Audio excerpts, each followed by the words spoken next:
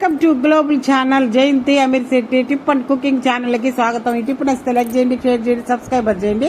మొదట ఈ ఛానల్ చూసేవాళ్ళు సబ్స్క్రైబర్ చేసుకోండి. మనం అరటిపొడి తింటుంటాం, రోజు తొక్కు పడేస్తాం కదా, కానీ అరటి తొక్కుతో దోమలకి చెక్క పెట్టొచ్చని మనకు తెలుసా? మనకు తెలియదు కదండి. ఇప్పుడు తెలుసుకుందాం ఈ వీడియోలో. స్కిప్ చేయకుండా చూడండి ఈ వీడియోని. వర్షాకాలంలో సాయంకాలం అయ్యే కొద్దీ దోమల బెడద ఎక్కువగా ఉంటాయి. అబ్బా ఏంది ఈ దోమలు అని చెప్పి మనం అల్లాడిపోతాం. దోమల కడ్డీలు, దోమలకి అన్ని పెట్టుకుంటాము. అయితే అరటి తొక్కల సహాయంతో ఇంట్లోకి ఒక్క దోమ కూడా రాకుండా చేయొచ్చని మనకు తెలుసుకుందాం. ఇప్పుడు దోమలు చాలా ప్రమాదకరమైన కీటకాలు. దోమల వల్ల వైరస్, జ్వరము, డెంగ్యూ,